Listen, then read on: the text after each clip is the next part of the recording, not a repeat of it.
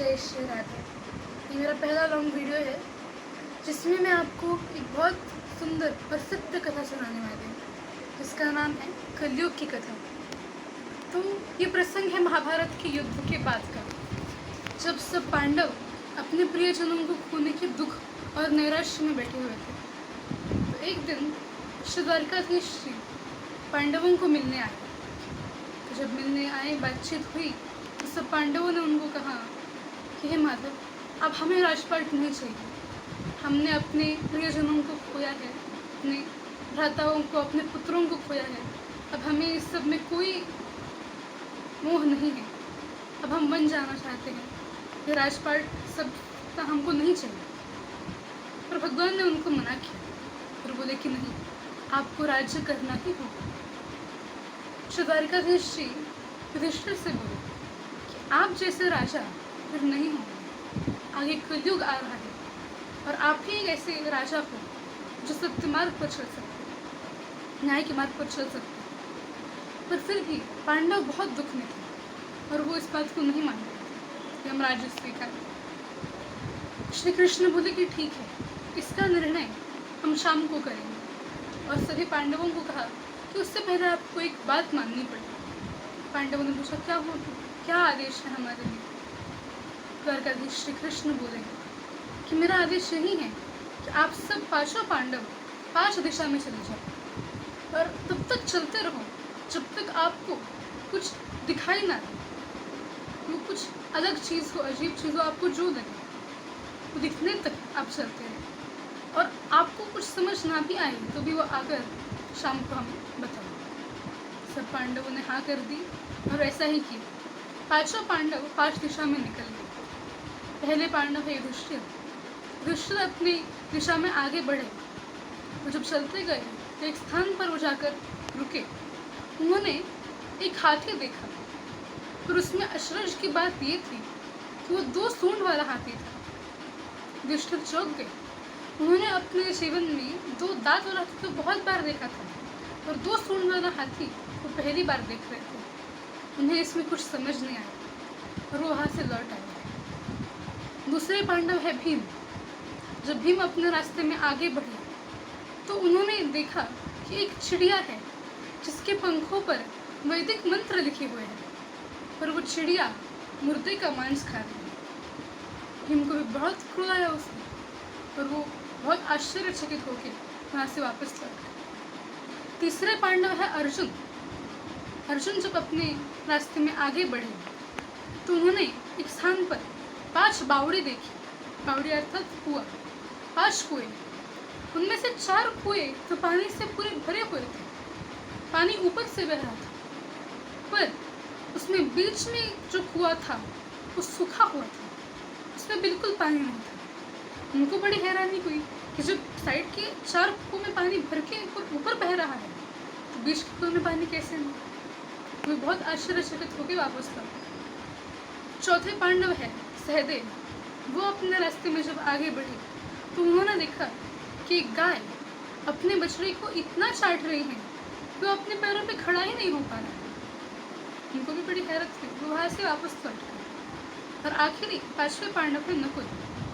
नकुल जब अपने रास्ते में आगे बढ़े तो उन्होंने एक पहाड़ देखा और एक बहुत भारी चट्टान उस पहाड़ पर से नीचे गिर रही थी। बड़े बड़े पेड़ उस चट्टान की चपेट में आकर गिर गए, पर वो चट्टान एक छोटे से पौधे पर आकर रुक गई। ये देखकर उनको बहुत हैरानी और सब 5 पांडव आश्चर्यचकित होकर वापस लौटे।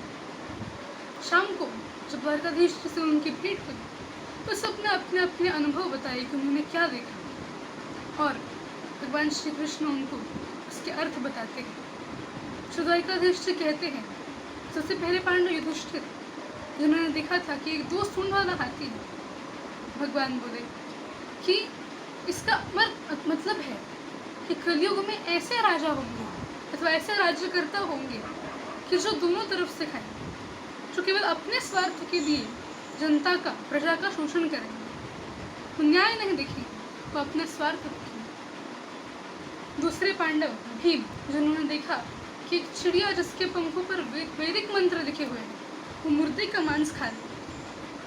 भगवान बोले कि कलयुग में पंडितों की कमी नहीं होगी। पंडित तो बहुत होंगे, पर वो भी कली के प्रभाव में आकर इतने लोभी हो जाएंगे कि वो मरे हुए व्यक्ति के लिए इतनी पूजा पाठ करा के उसका पैसा लेंगे।